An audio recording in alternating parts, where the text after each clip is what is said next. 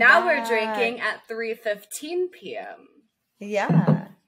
If you can hear my dog munching in the background, he's clearly starving, so apologies. Poor Rogan. So we're about to start part 2 of Ted Bundy. Yes. And real quick, I just got to say this. Yes. I thought of a new drinking word. Okay. What? But I'll be honest, I already forgot what it was. So while you're telling... Oh my God. Wait, it was going to be appeal. And then I was like, no. Oh, murderer. That's it. All right. Murder or murder. Murder, murderer, Got murdering, murdered dirt. Okay. I already emptied That'll the rest work. of this into this. Oh, that's fun. So yeah. All right. You're ready to go. I'm ready. You are ready. Any news that we have to... No, I don't have any news. Do you have any news? Are you still traveling today? You know, that's a great question.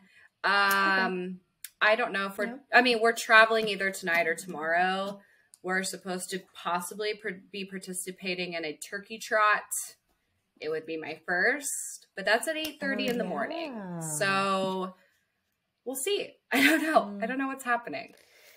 You know, that doesn't really sound fun, but that sounds like exercise on a holiday. Yeah, on a holiday when you're supposed to be eating all day long. Yeah. What are you thankful for? You. Aww. Our podcast. That's about it. And nothing else. Nothing else. Nope. Nothing. Nothing really comes to mind. Oh, we do. Okay, this is stupid. What? I literally don't know why my brain went here. Maybe it's the wine at 1:00, but we got matching handbags. We're basically morphing into each other. We are. So Alexa bought her Tesla. And I think we both knew that, like, hey, we're in the market for Teslas. But we got the Actually, I did not know that you were even interested. Oh, really? Until after I ordered mine. And you were like, oh my God, I've been thinking about ordering a Tesla. Yes. And then remember we had that conversation. I remember I was in Fayetteville and I was telling you like what to do and what not to do. Yeah. Remember I was like, make sure you do this or don't do this or look into that and do that. And you're like, oh my God, I had no idea. Because I don't know anything. Well, I researched for 100 hours. So yes. So we both have matching Teslas, except we do. I have white interior, you have black. And then Alexa recently is renovating her home. Yeah. And was like, damn, your green couch is fine as fuck. So you almost got the exact green couch. Almost did. Didn't want the exact one, but please. It's a great couch. But it is great. I love the color. But you got like a lighter green, and then we ended up with the same handbags too, an MCM leather embossed, or not embossed, but leather like printed. Yes. I don't know what you call that, where it's like pressed. Yeah, like the emblem. Yeah. Like their emblem is all over it. Yeah. So, except hers is red and mine is black, like my soul. Yes. And hers is red like her internal organs. Red like blood. At least if I'm bleeding, I can like use it and wipe it up and you won't even see. Exactly. Like, there's a body and you're like, bag. Right there. Conceal the evidence. All right. Well, now that you've publicly stated that, let's get into Bundy part 2. Yes, Bundy part 2. So before we get started, again, just our disclaimers so we don't get sued. Our videos. You know what? Let me just say this. My favorite are the part tours because we're already drunk. Yes. We're already drunk. It's fun. It's so fun. Okay. Part 2. Yeah. Here we go. Disclaimer. Our videos and podcasts are for entertainment purposes. All information discussed was found on the internet or a book. Keep in mind, we will talk all things sinister that may not be suitable for all audiences. Viewer discretion is advised. Oh, shit. We didn't do our something spiked again. Do we need to do that? Yeah, I mean, we're sipping on the same thing that we were last time. I have an espresso drink, basically a spiked espresso or spiked coffee with tequila in it. And Cadence is drinking wine from South Africa with hints of strawberries, mint, and orange. All right. And in our merch cup. Woo! Okay, anyways, continue. I know. Okay. So we had talked all the way up through January 12th, 1975 on part 1. We ended with Karen Campbell. Her and her fiance were on that ski trip in Aspen, Colorado, where Bundy unfortunately murdered her. Yeah. Drink. Oh, shit. See, this is a good one. I should have thought of this first. Yep. Fast forward to August of that year, so 1975. He's in Salt Lake City, and a Salt Lake City police officer pulled Bundy over because he had a tan Volkswagen Bug. Carol Durant had described that Bug to the police, whenever he tried to kidnap her from the mall in Salt Lake City. When the officer stopped him, he saw, he was just kind of like looking in Bundy's car, walking up to it. And he saw what looked like a full-on kidnapping kit. Nice. There was a mask. There was an ice pick. There were handcuffs. There were, different types of ligatures. So Ted was arrested at this time, and he was charged with kidnapping of Carol Durant. Quick story. Already. Yeah. I'm a big fan of Facebook Marketplace on online garage sales. I've made a shit ton of money. Like, I'm surprised I don't have to claim it on my taxes. So, but back home where my Nana lives, they have like a seasonal garage sale. And so I went back and I was like, I'm going to make so much money. I didn't, but this kid and his mom, and I say kid because he's probably high school level, shows up and he is looking for something. Like, he is like scouting. She's just kind of like,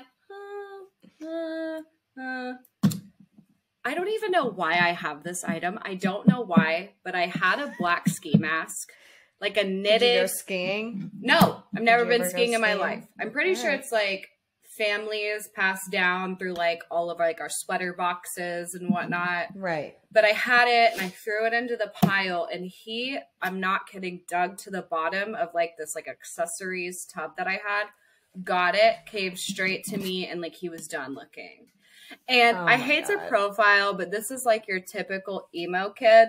Yeah. And I'm like, I'm pretty sure I just sold like him. You mean you like 4 years ago? Yeah. No kidding. That was me. I wore that ski mask 4 years ago. No joke. Oh, shit. But I'm like, I just sold a mask to the next school shooter. Like, that's what I felt like. And I was like, damn, wow. But that was me judging. Shouldn't judge. Nothing's happened. But anyways, there's no reason. There is zero reason to own a black ski mask. Zero. Anyways, continue. Yeah.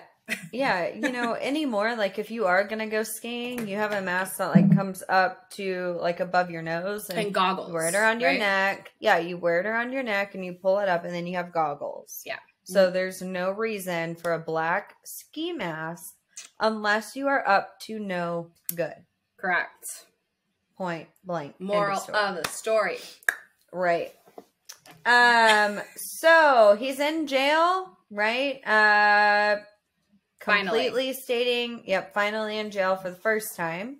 Stating, his innocence, said that, he didn't do this to Carol Durant. They have the wrong guy. And, this is all over the news. It wasn't internationally known, but it was all over the news. And so women who were watching started growing this obsession with him. And they were like, there's no way, he's hot, great looking guy. There's no way that, he could do any of this. So, well, on the flip side, and maybe I'm mistaking this with a different case, but didn't women who were scared of him also start wearing like blonde wigs in public because he had like an MO of like the brunettes with the long parted hair? Right. Pretty sure I saw that in like a documentary. Yep, they were wearing blonde wigs or dyeing their hair different colors. Yeah, but that is more so here in a little bit whenever we jump to Florida. Got it. So we are still in Utah at this time. Yeah. He ended up being extradited to Glenwood Springs, Colorado in 1976. He actually was convicted of that kidnapping of Carol Durant, by the way. And again, extradited to Glenwood Springs, Colorado to be tried for the murder of Karen Campbell, who he killed in Aspen, Colorado. That was the skier, right? Yes. Okay. Yep. She was with her fiance. Whenever he got to Glenwood Springs, he decided that he, didn't like attorneys and he wanted to be his own attorney. And so he asked to represent himself and they granted it. They can't deny. And basically he was given attorney access to, the law library near the jail. He had all of these different privileges, and it said that he was literally only in his cell to sleep.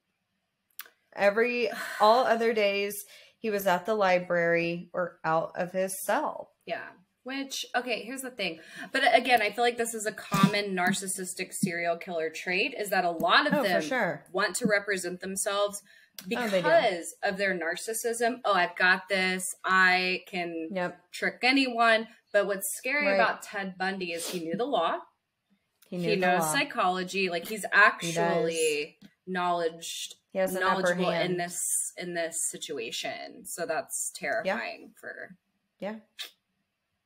Yeah, absolutely. So in June 1977, about half a year later, he was sent to the law library prior to his pretrial hearing, with Karen Campbell, or for Karen Campbell, obviously, for what he did to her. And he jumped out of the library window and escaped. Oh my gosh, wasn't that in the Zac Efron movie, or was that a different? Yeah. Okay. Yeah. I was going to say, it was. I didn't know that fact until I watched the Zac Efron movie, and I was like, oh, did no he way. really fucking do that? That's insane. Oh, yeah. How do you let a serial killer jump out of a window and escape? Yep. Well, he was in a library, and there was a window, and he took the opportunity, and he asked for his space whenever he's doing his research, to defend himself. And they let him in the library by himself in that room. And he just jumped out. Stupid. Saw that opportunity. Yeah. Awful. Crazy. I know. So 8 days later, he was captured. But then he ended up escaping 6 months later on December 30th, 1977 from his actual jail cell. So he was at this time minimally eating, like only eating what he could to like stay alive and to have some energy. He was working out a lot, and he wanted to get as slender as he possibly could so he could fit in above the jail cell. So he could fit through the crawl space area to be able to escape, because this jail in Glenwood Springs was a tiny jail. I think it said there were like 10 cells in it. Whoa. And tiny. And above his jail cell, the police chief or the sheriff lived right up above it in the apartment. So he would listen at all periods of night to like see when the sheriff would be gone. Well, the police chief or sheriff, whatever he was at that time, him and his wife were going to an event because it's December 30th, New Year's Eve, almost New Year's Eve, right? They're going to an event and he hears them like leaving. He waits until, you know, everyone else is asleep in the jail cell and not in his, but around, right? And that's whenever he escaped. He jumped up above his bed, you know, used a hacksaw to like cut through the ceiling. And then of course, like ended up breaking into the police chief's apartment, stealing some clothes and shoes of his, right? And just walking out the front door. Looking like a normal guy. Walking out on New Year's Eve. New year, new me. Yep, exactly. New year, new Bundy. So he walks out the front door, you know, out the place of the freaking police chief's house and stole a car. He ends up driving a little past, I think it said he drove to like, where was it? Like 10 miles outside of Glenwood Springs or whatever. Mm-hmm. And the car that he stole ends up breaking down. So he's like, fuck it, I'm just going to walk. He's walking across Interstate 70 where somebody, you know, he was hitchhiking. Someone picked him up and gave him a ride to Vail, Colorado, which was about 60 miles to the east of there. From Vail, Colorado, he then caught a bus to Denver, Colorado, where he then boarded a flight the morning of New Year's Eve to Chicago. So, how does he board a flight when he is an incarcerated criminal? Nothing. But back then, think about technology. Think about the technology wasn't there. Everything was done on paper. Like if you went to buy an airplane ticket, there was no sort of criminal database at airports at all. No, there's no criminal database at airports today. They only get flagged by the government. Yes.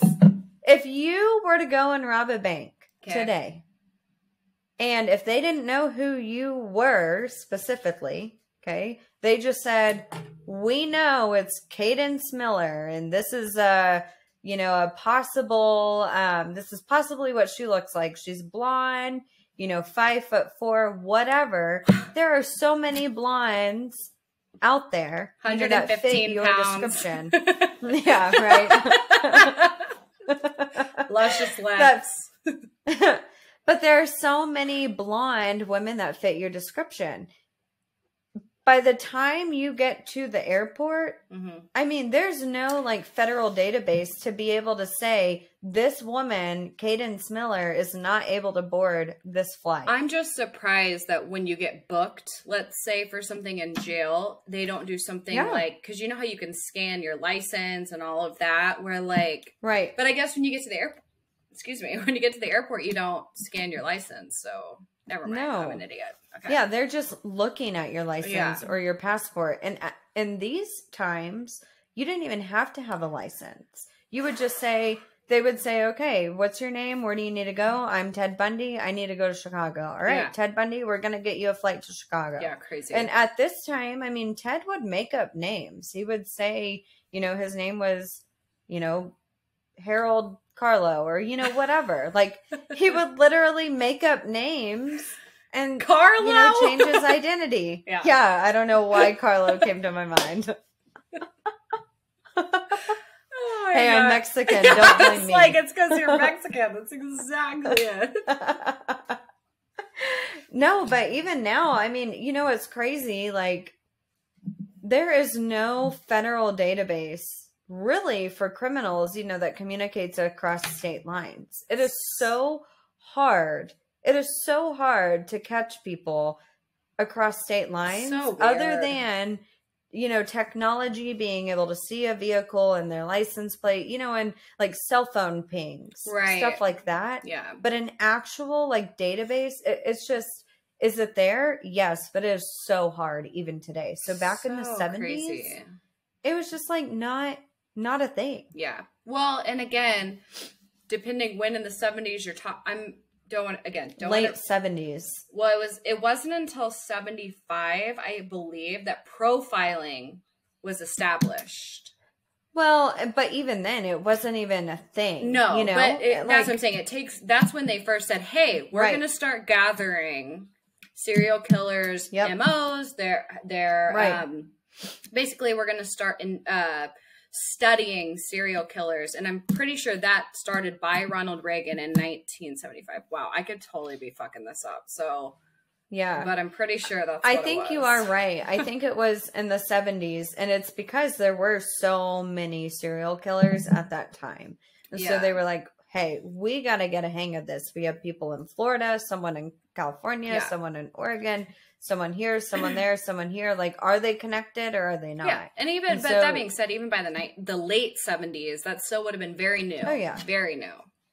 Very, very new. So, absolutely. Anyways. So, he gets a flight out of Chicago, to Chicago, right? The morning flight to Chicago, the morning of New Year's Eve. In the meantime, back in good old Glenwood Springs, Colorado, they do not know that he is missing until noon on New Year's Eve. So he had a 17-hour window ahead of them. Jesus. To be able to escape. Again, in my opinion, a technology error. Lack of technology. Lack of technology. And, so from Chicago, Bundy ended up traveling by train to Ann Arbor, Michigan. Here he stayed there for a couple of days. 5 days after arriving, in Ann Arbor, Michigan, he stole a car and drove to Atlanta, Georgia, where he then ditched the car and boarded a bus and arrived in Tallahassee, Florida, the morning of January 8th. Okay. So January 8th, 1978.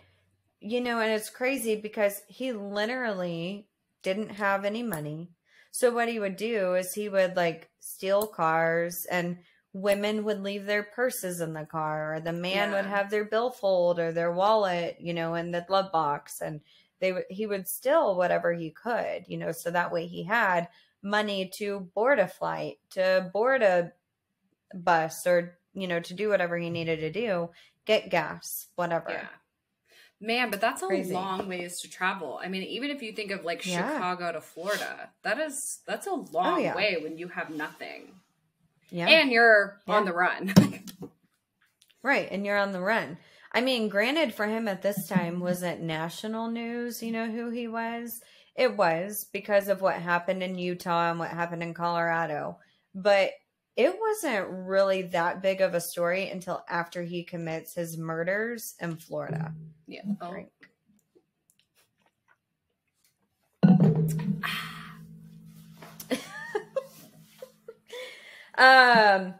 So he ends up renting a place right near what? Well, could you imagine being a criminal these days and trying to rent a place? I know. Okay. It's not even an option. Yeah. Unless you're on the north side or, a rough area where they don't even care. Yeah, where you're I'll pay cash. Right. And they're like, all right. We won't ask questions.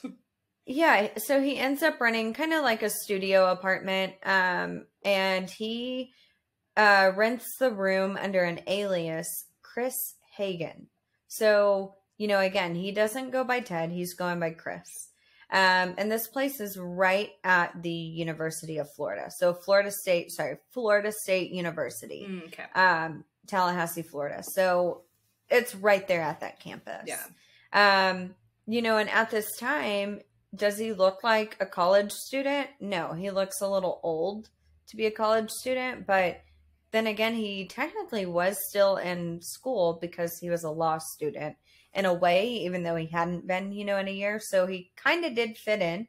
Fast forward to a week later. So he's only in Tallahassee, Florida for a week. And it's rumored that he told I think it said he told Anne Rule, if I remember correctly, or somebody told them that whenever he got to Florida, he wanted to start over. He didn't want to commit any crimes. He wanted to be a good guy, didn't want to kill anybody, literally wanted to be an upstanding citizen in the community because he was on the run and he didn't want to get caught again.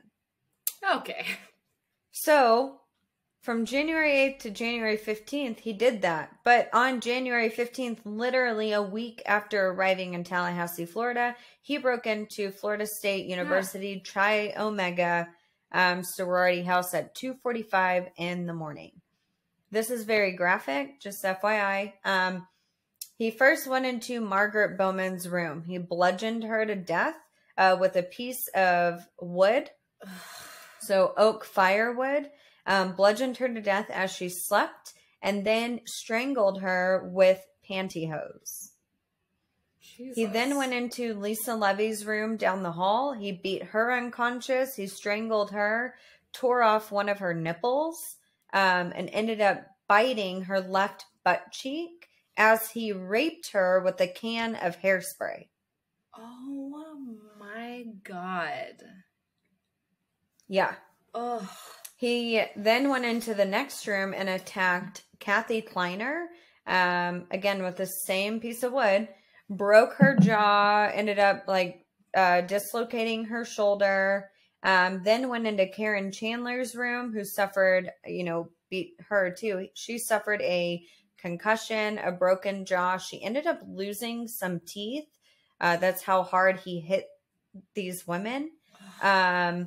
As Bundy got done with those four and he was leaving the house, another sorority sister, Nita Neary, saw him walking out of the house. Didn't know who he was, didn't know what had happened. Because not only her, but 30 other women that lived in this house didn't hear a sound. That is insane. Because that was going to be my first question is if someone is being bludgeoned to death, you're probably going to hear something. I would think. A little bit of a scream. You're definitely going to hear some thumping. But well, and even if it's not a scream, wouldn't you think that, like a moan or something? Some sort of sound from a human bed body? Squeaking, like something. Yeah, something. Yeah, nobody heard literally anything. I think the scariest part of, well, other than the rape and torture and everything and the murder. Yeah, murder. Is the fact that most of the places that he broke into and did this, there were multiple people in the house. And for me, I always find so much comfort having, more Nick people or people in the house, even having my dog. Like, I'm like, just something else moving around in my space. Right. So I think that takes away so much security from you. It is so terrifying. And this is just like one of those things that he did. Yeah. It's just crazy. So the detectives say that those 4 attacks took less than 15 minutes. Yeah. He was in that house, attacked all 4 of those women, did all of those things, and left within 15 minutes. Dude, that is a rage. Yeah, that is a rage. That's like seeing red. Yes. Yep. Oh my God. 14. Think about 14. I can't even do the dishes in 14 minutes. No. Wow. Yeah. Wow. Yeah. So he leaves, right? Nita Neary saw him leaving, but didn't know who he was. Just saw a man exit out of the house. Okay. Literally 8 blocks down from this house, Bundy, right? Immediately after, Bundy breaks into the basement apartment of Cheryl Thomas's apartment. He attacks her. He dislocates her shoulder, fractured her skull and jaw in 5 different places. And she ended up living, but she was left with permanent deafness in one ear. and equilibrial damage, which ultimately ended her dance career. So she was a dancer, but because of this, she was no longer a dancer. That's so sad. Yep. So police are at the sorority house, then get a 911 call, from this woman's house 8 blocks down the road. When they get there, they see not only do they find a semen stain on her bed where he had attacked her, but he left the pantyhose mask that he had made and also strangled the first woman with. And it had 2 male hairs in it. And this will be crucial evidence, that they use against him in the trial against all of these women. Wow. Yeah. So it is said that this short attack on these 5 women are the most women that he attacked in a solid period of time. Normally, it would be one woman at a time. So, he would attack one woman, he would end up killing her, raping her, whatever, and then he would find somebody else. Or there would be 2 women max, where again, he would have one of them tied up, and the other one he would be raping and beating and letting them watch before he would murder them. So. Wow. Yeah. So it's just, it's crazy. It's crazy the amount of rage, like you said, rage that he saw. And still from what I've read to this day, people don't know why. But again, he profiled these women. And it's said that he would watch these women and see where they would go, what they would do, who they were. And, he had been being a peeping Tom since he was a teenager. Yeah. So he specifically picked out these women to attack. Yeah. Wow. Just. Yeah. He kind of, he is prolific. He is famous for, they literally used him as an example for profiling and everything else. Yep. Yep. But and it's crazy how he fits all the marks of like what we think of as serial killer. Yep. The peeping, absolutely. The raping, everything. The disguises, the MO, how you follow like a certain MO. Just everything. Yeah. Right. Crazy. So February 8th, fast forward, 20 days later or whatever. Ted ended up driving to Jacksonville, Florida, which is about 150 miles from Tallahassee. He stole a van, and he sees a 14-year-old girl in a parking lot. She was the daughter of the Jacksonville, Florida police chief. Bundy approached her in the van and said, "Richard Burton Fire Department," and shows like a badge. And she was kind of confused. Thank God her brother starts walking towards his little sister in the van, and Bundy got spooked and drove off. Thank God, because that would have been... Yeah. Well, less than 60 miles later, he drives away and goes to Lake City, Florida, 60 miles away. Drives to Lake City Junior High, and he sees, kids playing in the playground, and there was 12-year-old Kimberly Diane Leach. She was playing on the playground, and somehow he was able to lure her over to his van and get her in the van. She was missing for 7 weeks before they found her body. They found parts of her body that had been mummified 35 miles from the city, and she was obviously murdered. And she had been raped. Wow. He ended up killing her by slicing her throat.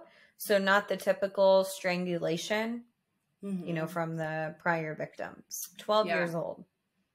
This is the youngest, other than, that Anne Marie, little girl whenever she was 8 years old. But this is the youngest confirmed victim. of his. This is one thing that this was the case they talked about in the film that I was referencing with man, and I forgot to look up his name again. The star actor in Lord of the Rings is in it. Anyways, it's on Amazon Prime. You can rent it for like $4, but they focus on that. Right. And in Bundy's final days, he stresses that, you know, the guy, the agent Hagmeyer, was that his name? Yeah. Was like stressing, man, give these families some peace, give these families some justice. You're going to be murdered in less than 24 hours. Give them their peace. Just do it. Just do it. Let them, but he stressed to this guy, at least in this movie, I don't know if this is factual, that like the 12-year-old girl wasn't meant to happen. And he almost made it sound like he thought she was older than 12 years old. Right. It said that he thought that she was like 16. Right. So he thought it was okay. Which doesn't make it better, but he was like, that was like a big part of it, is like, I didn't do this to children. I didn't do this to children. Right. I'm like, well, whether they're 12 or 14 or 16 or whatever, like a murder is a murder. Right. Yeah. But also, these are all children. They're all children. Yeah. So, they're all anyways, children of God. I thought that was an interesting part of it, is how much he didn't want to be labeled as a child murderer. Oh, for sure. But he was. We're getting caught up in part 2. Yeah, we are. I might have to get a refill. I have like 2 sips left. All right. So 4 days later, he ends up stealing a good old Volkswagen Bug, his favorite. Yeah. He drives to the panhandle of Florida, so Pensacola. 3 days later, on February 15th, around 1 a.m. in the morning, he was stopped by Pensacola police officer David Lee. David Lee stopped him because the vehicle fit the description of a stolen vehicle in the area, right? And so David Lee went to, he asked Bundy to get out of the car. He was talking to him and told him like, hey, I'm placing you under arrest because this vehicle is stolen. Bundy ends up kicking the legs out from underneath the police officer, and the police officer falls, and Bundy starts running. He's like, oh yeah, I'm getting away, it's again. Like some ninja shit. Yeah, right. And Officer Lee fires 2 warning shots, in the air, and didn't even faze Bundy, but ended up chasing Bundy and tackles him to the ground. The 2 fought back and forth. And then finally, Officer Lee was able to cuff him and subdue him and get him in the back of his cop car. That's insane. It's insane. So, Officer Lee was going through the Volkswagen Bug. There's so many damn vehicles that he stole, but the Volkswagen Bug, and he sees 2 driver's license of 2 different women, and Bundy had over 20 credit cards of different people that he had stolen. So that's how he was able to, to go to these different places and pay for things and all that. Wow. So what's crazy is this police officer, this just tells you the lack of technology in that time. Yeah. This police officer has no idea who he just arrested. He's arresting a man for stealing a vehicle. Can you imagine? And they're like, dude, this is Ted Bundy. You just booked Ted Bundy.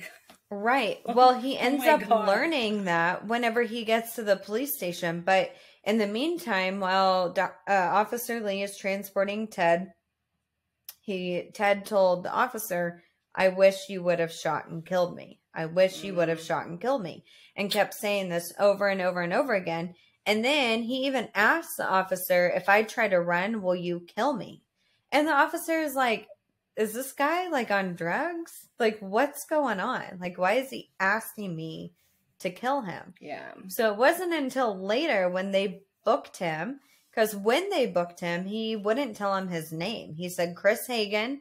Then he said John Doe. But he wanted to die so bad. But he wanted to die, but he didn't want them to know who he was because he was still out on the run from Colorado. Yeah. Keep that in mind. And so he was on the FBI most wanted list, you know, and didn't want them to know who he was. It wasn't until like 2 days later where he finally said who he was. He said that he was Ted Bundy. And so the police officer was like, holy shit, I just arrested Ted Bundy for stealing a car. Paycheck. Yeah, right? No kidding. Fast forward to June of that year. He ended up going on trial for, you know, the Chi Omega homicides that took place of the sorority girls. More than 250 reporters from all over the world, not just the U.S., showed for this trial. Wow. So Bundy's head became that fucking big. Yeah. And not only did he think he was some sort of celebrity, you know, at this time, but so many women were obsessed with him. They were obsessed. So that was another thing that the movie went into, was all of the porn, like the homemade porn that people would, the pornographic images that people would send him. And the agent is like, so what do you do with those images? Are these girls you're going to get obsessed with? And basically he was like, I use these pornographic images to trade for cigarettes, to trade for like amenities and for coffee jail. and cigarettes. And he's like, well, why do you do that? And he's like, because I know there will always be more tomorrow. Yes. That line in the movie. Yeah. Sicko. I know. Because there'll always be more tomorrow. Women don't stop. Ew. Gross. I know. It's so gross. It's so gross. Ugh. And, you know, this is where, like you were talking about, where the women would wear blonde wigs because I mean, at this time, the women in Florida, up until he was caught, they were terrified because the women had long, dark hair and it was parted down the middle and they were tall and slender. And so they were terrified. And so they would dye their hair blonde or cut their hair short or dye their hair red or wear a wig or whatever to not fit that specific demographic or profile that Bundy was attracted to. Yeah. It's crazy. So sad. Yeah. So, you know, during the trial, over 250 reporters showed up. Bundy had 5 court-appointed attorneys, you know, that he had on his defense, but he demanded that he be the lead defense attorney for himself and that he handle it all.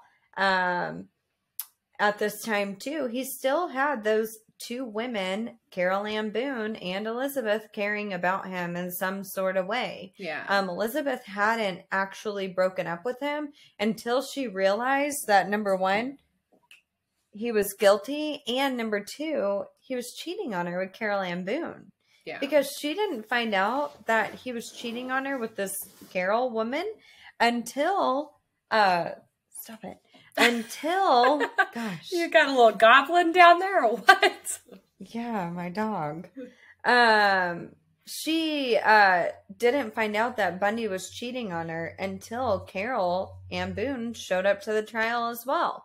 So Elizabeth was there with his mom, Louise. Yeah. And Carol Ann Boone was there. And so that's when she was like, all right, well, he's kind of a piece of shit. And that's when she realized this whole time. Yeah, that was the last straw. God forbid he murdered all these people or whatever. Right. Or he was out on the run. Yeah, murdered. Oops. These women, too, not only Carol and Elizabeth, but, you know, the random women all over the world, they believed he was innocent until he finally confessed to all of the murders. Was it true that he confessed within like the 7-day period of his execution date? That's how the movie portrayed it. So, I would have to reference back to the book and see specifically the day that he confessed, but it was relatively close to it. He confessed to some of the murders back in the late 70s. Okay. Trying to see. I haven't marked where I'm going to go through all of the different women that he did confess to. Yeah. But it doesn't say the actual And no spoilers. So spoiler if you want to watch the movie. But that was the big dramatic effect of the movie is the judge. So he was sentenced to death. The judge gave him 7 days, according to the movie. That's not true. Okay, I was going to say. That's dramatized. Yeah, that because that's very unusual. Usually it's 60, 30, and this was 7, and he was freaking out. And Agent Hagmeyer was like, dude, you've got 7 days. Yeah. Get your shit together. He went through all of these interviews and religious interviews and blah, blah, blah. Well, that blah, did happen, yeah. and we'll talk about that a little more in depth and some of those things, but it wasn't like, oh, you have 7 days. Yeah. He had an execution date, and we'll talk about that, and it kept getting pushed out. Okay. Well, I know it got pushed out. Maybe the final push out was 7 days. Maybe? Yeah. No, Okay. that's just dramatized a little bit. Dang. It made it really good. It made it really good in the movie. Yeah, right. But, you know, the amount of women that showed, you know, the support for him and thought that he was truly innocent is unbelievable. I mean, literally all over the world. And, you know, this goes to being a charming Sagittarius, you know, able to charm his way and look innocent and look like a great person when he's not. And talking a little bit more about being a Sagittarius, he had to be in control of the defense and of his trial. And one of his defense attorneys said, and this is quoted, he sabotaged the entire defense and effort out of spite, distrust, and grandiose delusion. Ted was facing murder charges with a possible death sentence, and all that mattered to him was that he be in charge. He didn't care that he was digging himself in a hole. He didn't care that he was doing things the wrong way and making it worse for him. He just had to be in charge. And most people who represent themselves do exactly that. Like, they feel that way, but all they do is make it worse. Yep. They look like arrogant assholes. Yep. So and he was very arrogant. Most, not all, most. Yes.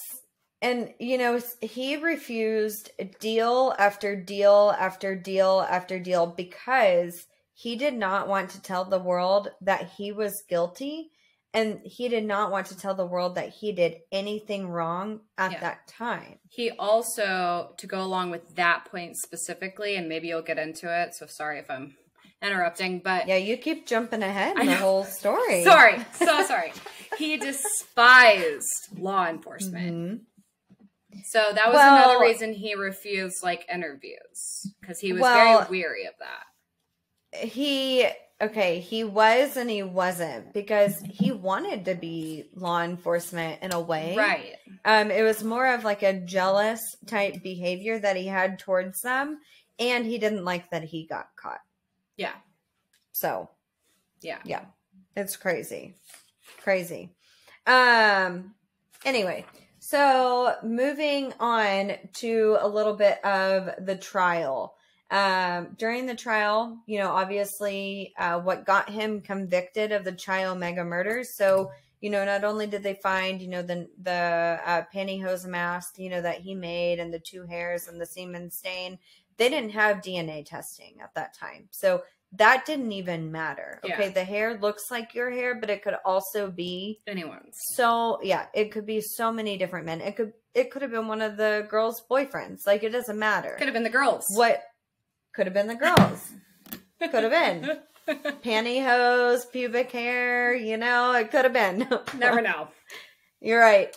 What got him convicted of the murders was the bite mark on Lisa Levy's butt cheek.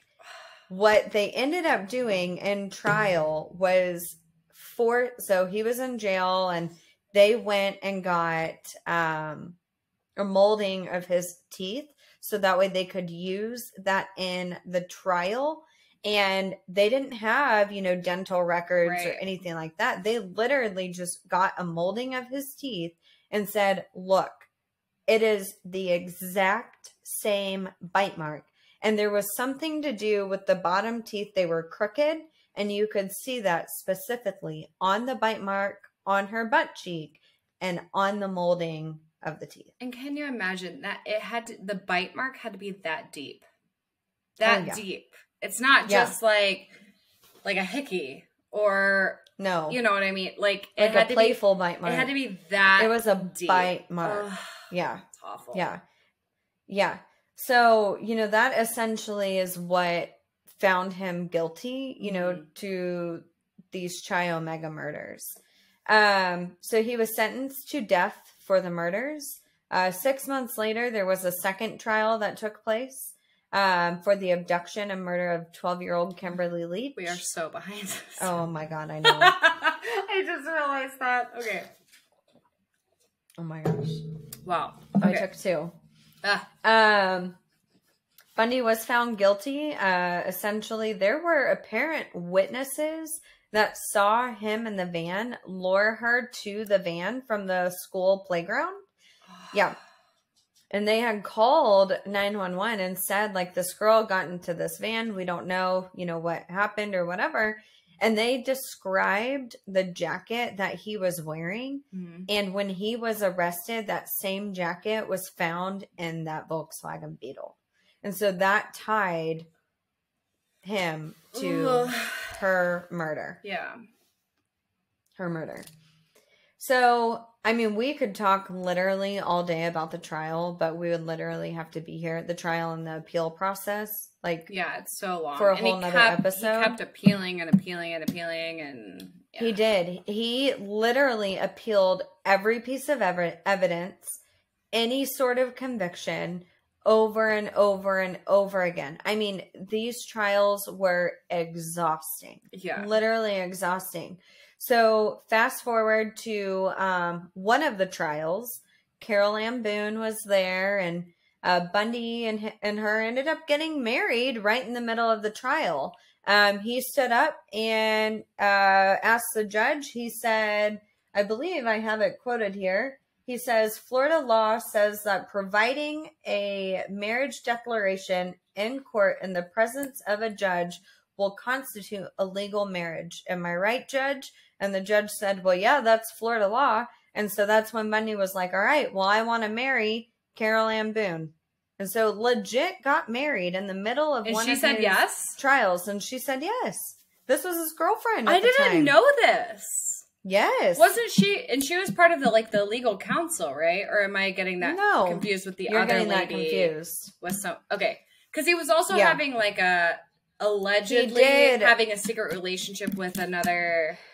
So it was more of like a flirtatious type thing. She would bring him coffee and cigarettes and you get him out of the cell for extra long interviews and stuff like that. She was part of his legal team. Okay. But this is Carol Ann Boone. This girl has been... my God. So Elizabeth and Carol were his girlfriends at the time that he got... arrested. And so Elizabeth broke up with him and was like, I'm done. But Carol followed him. Yeah. Wow. So they end up getting married. Yep. They end up getting married. Fast forward just a couple of months, February 10th, 1980, Bundy was sentenced to death by electrocution. So he was found guilty of everything.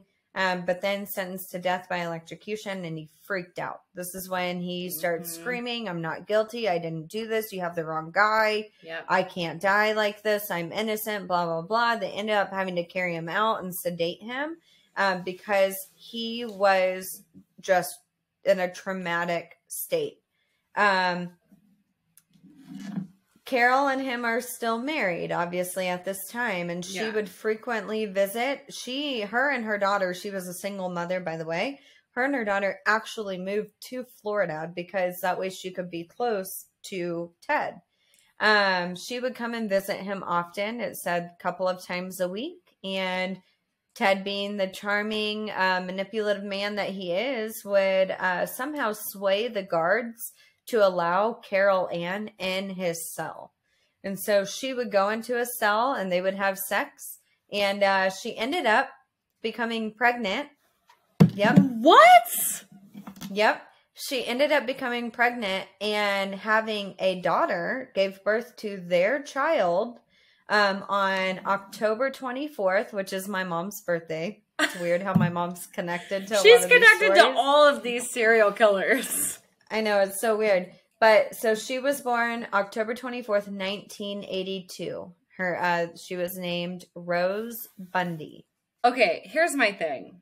You're in love with someone who's a bad guy. You're like, shit, I fell in love with the wrong guy, whatever. Why in God's name would you want to reproduce with this person? Because he manipulated her and told her he was innocent. They have the wrong guy. He's gonna keep appealing and he's gonna be out. And she believed it. She believed it 100%. And so he said, if I die, I want to carry on my legacy with you. I want you to have our child. And so she did. She had their kid. Her name was Rose Bundy, and she is now 39 years old. Yep, 39 years old, and she lives in the UK. She's a mother of, I don't know how many kids, but she's a mother. And Carol Ann Boone, again, believed Ted was innocent until 1986 when he confessed to killing more than 20 women. And of course, the 12-year-old girl, Kimberly. Yeah. She, again, believed this up until then. So when she found out, obviously that he was going to confess to these murders, she was distraught. She was sickened. She's like, I have been lied to this entire time. He told me over and over for years that he was innocent, that all of these are just rumors, that, the facts are going to come out, the evidence will come out, and he would be a free man and they would raise their daughter together. She ends up divorcing Ted later that year in 1986. And this is funny. Rumor is that she moved to Oklahoma. So your neck of the woods. Where? I don't know. Where? It didn't say. I thought you were going to say, I literally thought you were going to say truth and consequences. Oh my God. That would be pretty funny. That would be funny. So good. No. But no, moved to Oklahoma and changed her name to Abigail Griffin. She also apparently changed her daughter's name from Rose Bundy to something else, but yeah, it doesn't really say. There's speculations, but again, crazy. I do not want to victim blame, but what the fuck? Like, do not even if you think your husband is, or whatever, your lover is 100% innocent, but you're sneaking into jail cells and having intimate moments, and like, how about this? How about we wait until the justice system does its job, and if you think it's failed, then fight that. I don't know. We just don't need to add a kid into the mix. Oh, I know. That's crazy. Wow, so sad. So sad. So, I want to talk about a little bit of the confession.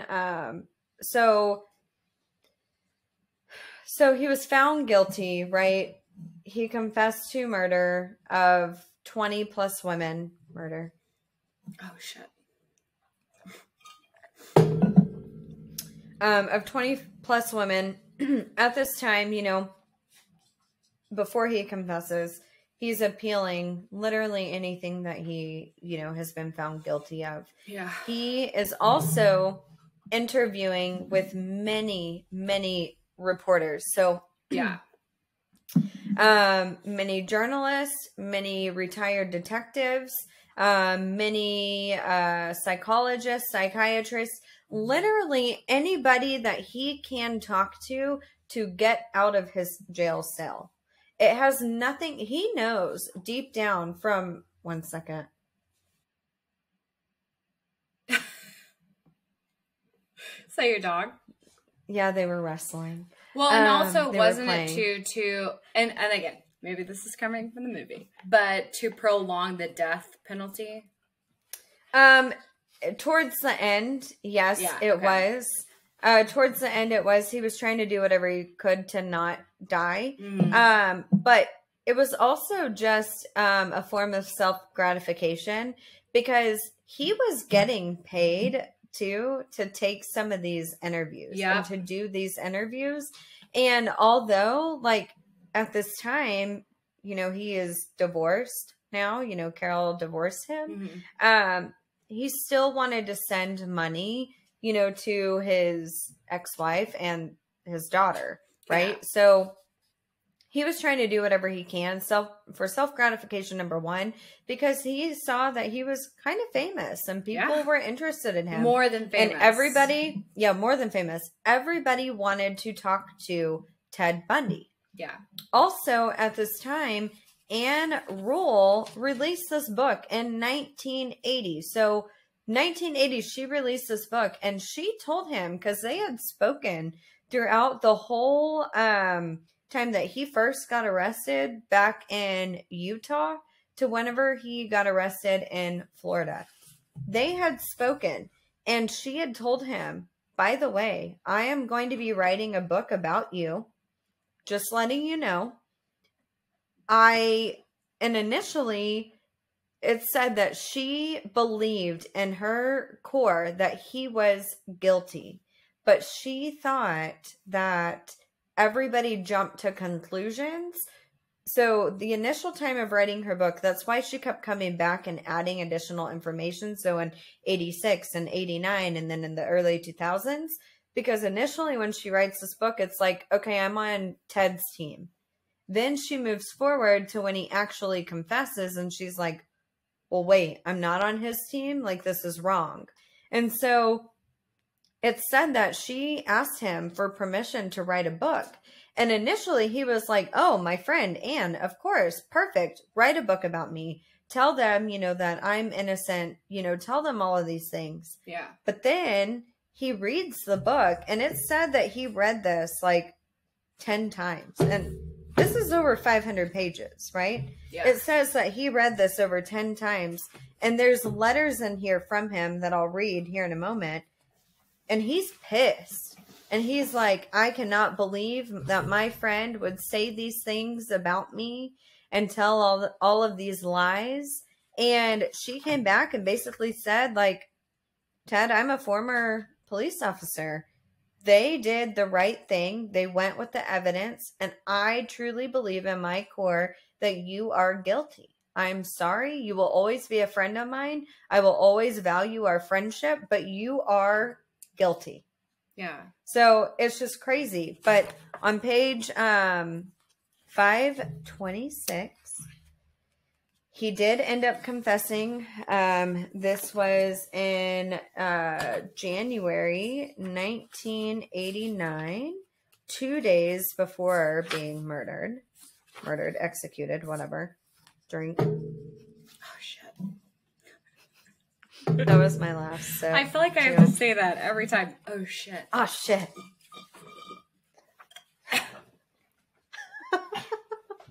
Got some air in there. Yeah, don't inhale it. Drink it. So, Ted Bundy confessed to killing in Colorado Karen Campbell, Julie Cunningham, Denise Oliverson, Melanie Cooley, Shelley K. Robertson. In Utah, Melissa Smith, Laura Amy, Nancy Bird, Nancy Wilcox, and Debbie Kent. Other victims in Utah that were suspected was Sue Curtis. She was 15 years old. And Debbie Smith, she was 17 years old. In Oregon, he confessed to killing Roberta Kathleen Parks, who was 20. The age range of these women was between 15 and 26 years old. Also in Oregon, Rita Lorraine Jolly, 17, Vicki Lynn Haller, and then in Florida, he confessed to killing Margaret Bowman, Lisa Levy, and Kimberly Leach, 12 years old. Wow. This was 2 days before he was executed. And those are just ones that he confessed to. That they knew of. Yeah, that they knew of or had an idea of. Yeah. It's also said that he told Anne and other journalists that he killed more than 100 women. Yeah, that's one of the things that they covered in the movie with Agent Hagmeyer. Yep. So, and he did end up developing a relationship with him. And I mean, we could go off in so many different directions with the story. It's insane. Hence why this is almost 600 pages long. But it goes into all of that detail. Yeah. And it's absolutely insane. So, I want to talk about his mom a little bit at this time because, you know, his mom never really left his side throughout the entire trial. She and her core knew that her Teddy was innocent. Mm-hmm. And she supported her son through everything that she could possibly support him through. She said, quoted, "Ted Bundy does not go around killing women and little children." She told the News Tribune this in 1980.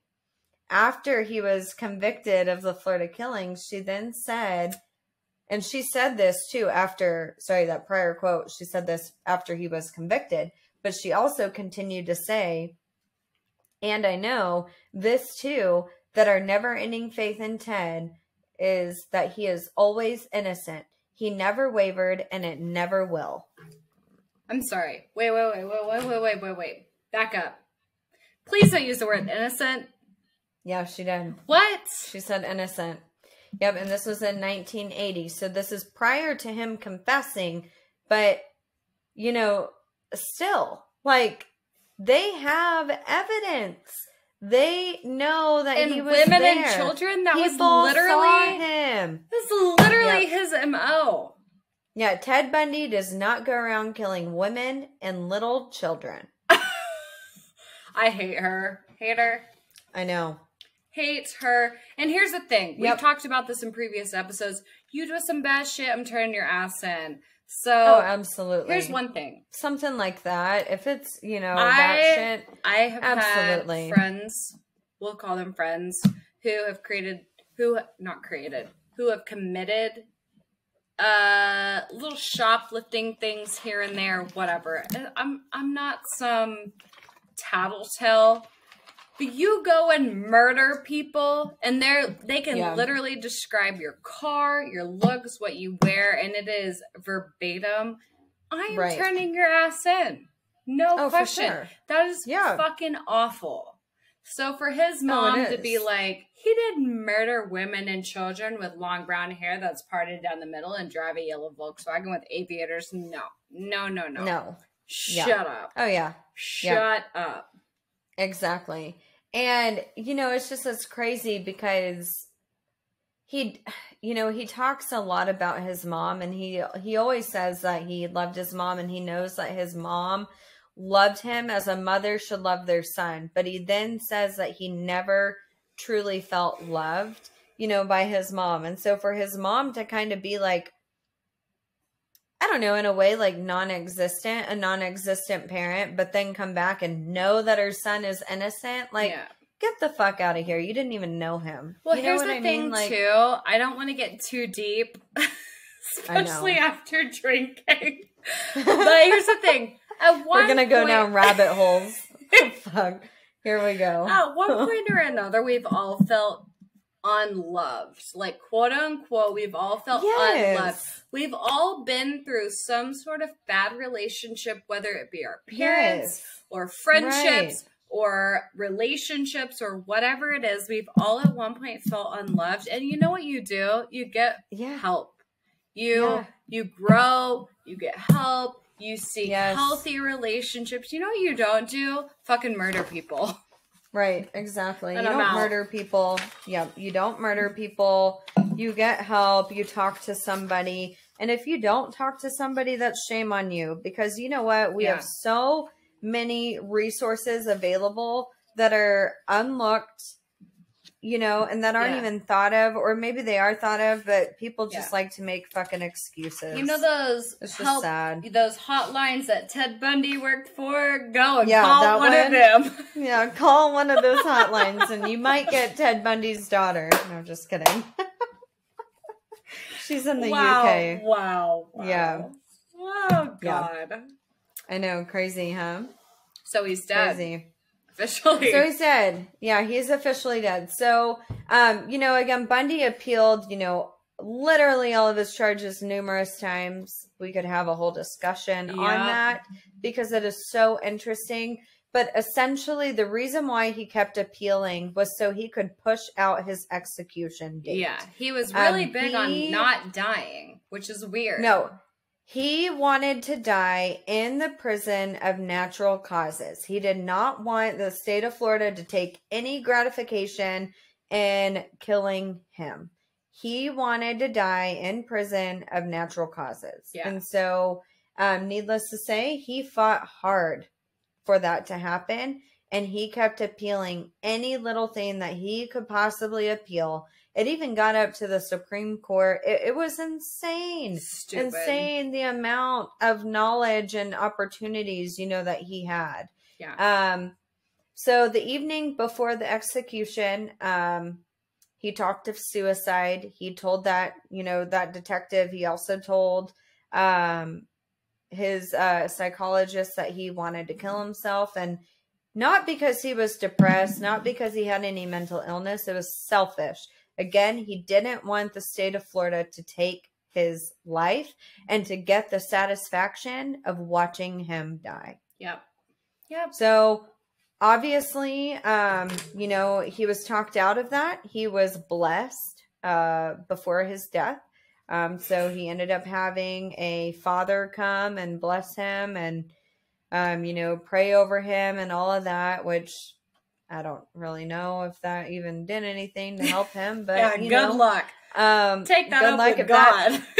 If that made him, I don't know, if that made him feel better about dying, then whatever helps. Yeah, no kidding. So the morning of the execution, he talked to his mom twice. And the last thing that she said to him was, "You will always be my precious son." Ew. Yeah, I know. I hate it. I hate that. I hate that. I know. Be real. Be real with people. I hate that. Ew. Yeah, I do too. But then again, it's like, I guess I feel like it's dying. It's dying words. Yeah. It's the last thing you say to someone. I know. I don't know. Wow. I know. Wow. So, hundreds of people also that night before and that morning of had gathered at the Rayford, Florida prison. It's now just the Florida State Penitentiary, but they gathered there. It was like a cookout. I mean, the night before they were singing, they were dancing, they were chanting, to kill Ted. They wanted to make sure that he was actually going to die. Yeah. Because he had been appealing and his execution kept being pushed out. But on January 24th, 1989 at 7:16 a.m. Eastern time, he was pronounced dead. So he was executed. And at that time, those people that had camped out, again, were dancing and singing. They even shot off fireworks. It's crazy. So if you watch this movie, which, again, sorry, interruption. I Googled it because it's been driving me crazy. The actor's name is Elijah Wood.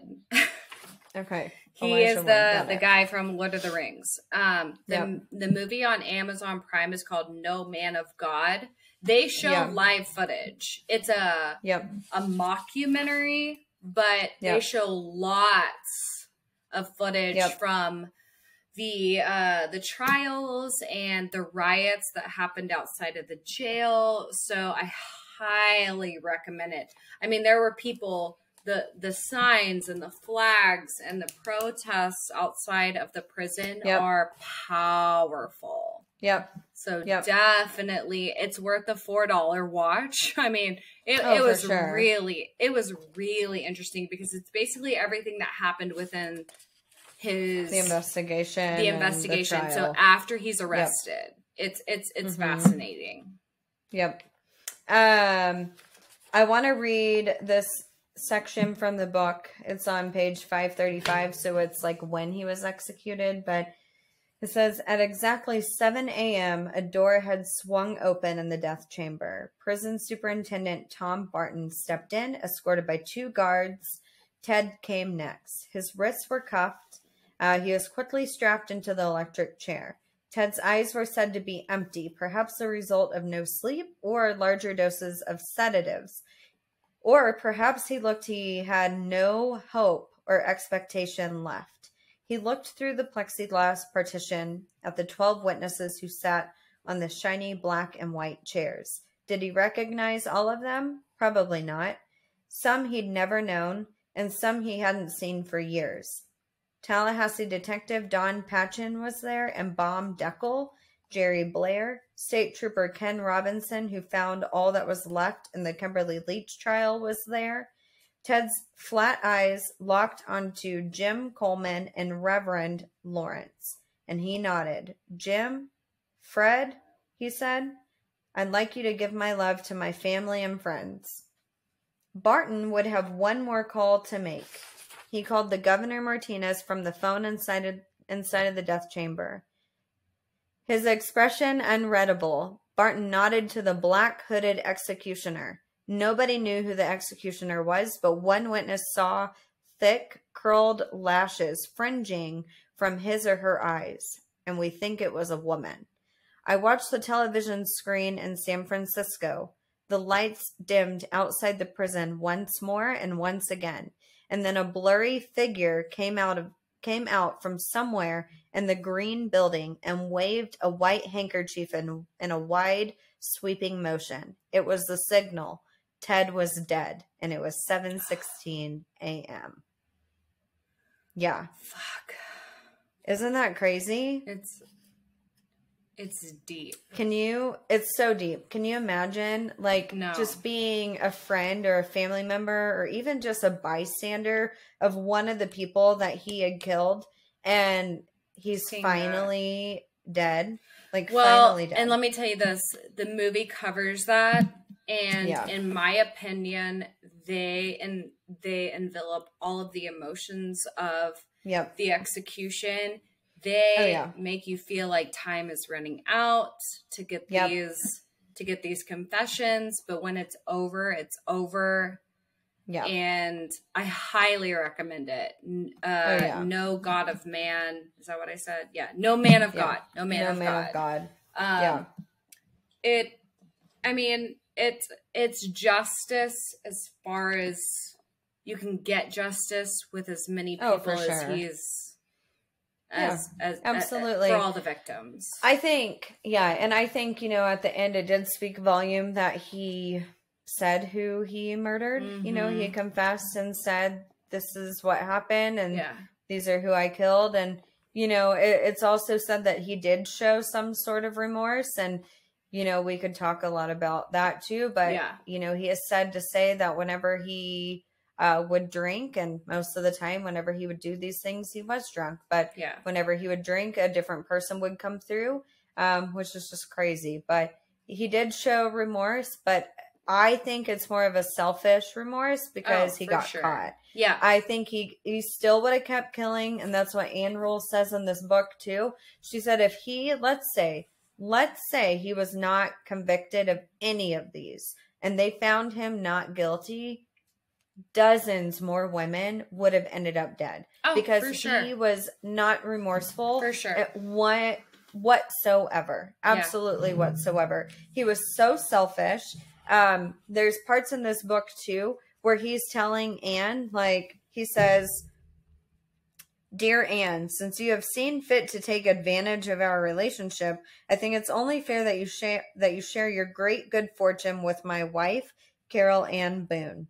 Please send her $2,500 or more, and he puts in her address, as soon as possible. Best regards, Ted.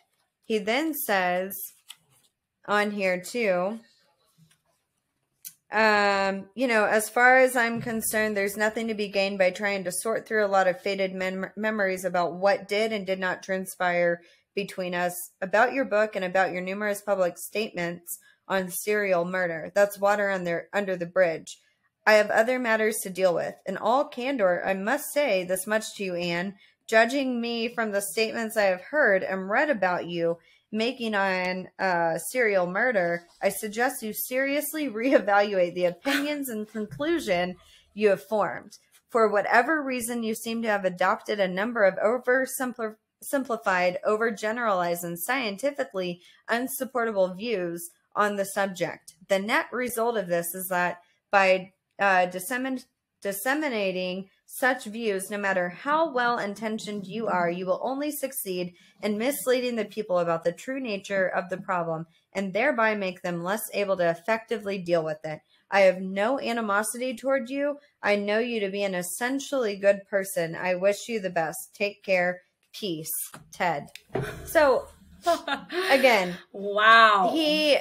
Right. So that is just telling you he is selfish. He would have, if he would have not been found guilty, he would have continuously kept killing women. He absolutely would have. Yeah. He would have kept killing women. There's no stopping. There's always escalation when it comes to these fetishes, these motives. I don't believe for 1 second there's any stopping. So justice was served in the end. Thank God. Yeah, justice was served, and he was rolled out in a white casket and ended up wanting to be cremated. I read that his ashes were scattered in the Cascade Mountains. So in Washington, because he loved the mountains. Is that the Taylor Mountain or whatever? Yeah, it's the Cascades. Shut up. Shut up. Yep. I hate that. Taylor Mountain is part of the Cascades. So it doesn't say for sure where he is scattered, but how fucked up would it be if it's that same mountain range? No, that would be awful. That would be terrible. Right. Like, oh, okay, I just murdered all these women here. So I'm gonna I want myself with them. Ashes, with them. No. I know. No. I didn't know about that. A lot of this ending I didn't know about. Yeah. Crazy. Yeah. So that is Theodore Robert Bundy, aka Ted Bundy. Wow. Well, horrible transition here, but we'll thank our sponsors and our patrons. Horrible transition. Okay, one thing we talked about in part 1, I'll quickly go through it because what we're going to do from here on out is if an episode has a part 1 and part 2, we're going to release it in the same week. So we'll do 2 episodes a week. This one will be coming out right after Thanksgiving into December. But we are recording this on Ted Bundy's birthday. November 24th. Fucking birthday. Like, what? We did not plan that. Guys, we were supposed to record yesterday. It just didn't work out. So. He would have been 75 today. Crazy. 75. My grandpa is older than that, so he definitely would have been alive. Oh, yeah. Probably still in prison. And so to think about us recording this story on his fucking birthday. Yeah. What in the world? That just worked out perfectly. But anyways, Unreal. Just like we'll make it quick since we already said it in part 1, but we do have a sponsor for the podcast now. It's Color Up CBD.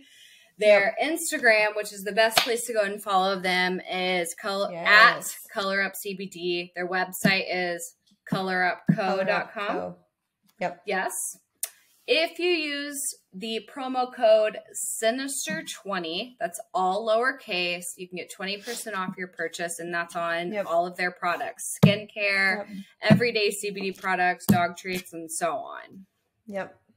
So holidays are approaching. You should be getting this message somewhere in the beginning of December, so there's plenty of time. Send your friends some nice little skincare. Yeah. Yes. Yep. Awesome. So that's it. Yep. And our patrons. Thank you. Yes. Do you want to name them again? Or I'll try. Thank you. I'll try. Here we go. We have Annette, I always forget because I did not, once again did not write them down. Annette, Nick, Valerie, Cheryl, Haley. We have 2 more. Seth and Adrian. Seth?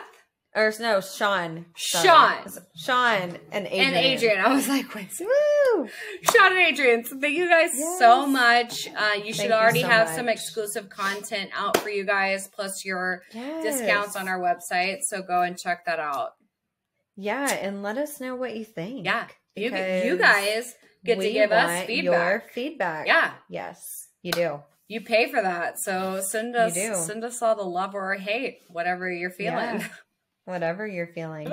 And as always, freaking like, subscribe, download, follow, share, all of it. All of it. Do all of those things. It helps us out so much. Even if you don't care. Does. Even if you don't care, just do it. Just do it. Yeah, just do it. Share it to everybody that you're friends with. Yeah. Please. Please. All right. Well, even though it's late, happy Thanksgiving. Yep. Happy holidays. Yes. We've got some great stuff coming for you in December. We do. Yep. Okay. Bye, y'all. Stay sinister. Woo-woo!